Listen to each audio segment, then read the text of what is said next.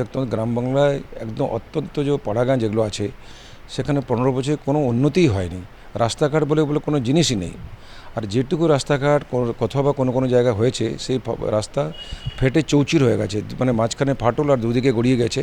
ফলে সাইকেল নিয়ে ওখানে যে কেউ সোজা যেতে পারে না। সাইকেল থেকে নেমে গড়িয়ে গড়িয়ে সাইকেল গড়িয়ে গড়িয়ে ওই পথ পথ পার হয়। এই ধরনের তো উন্নয়ন কোনো মানেই হয় না।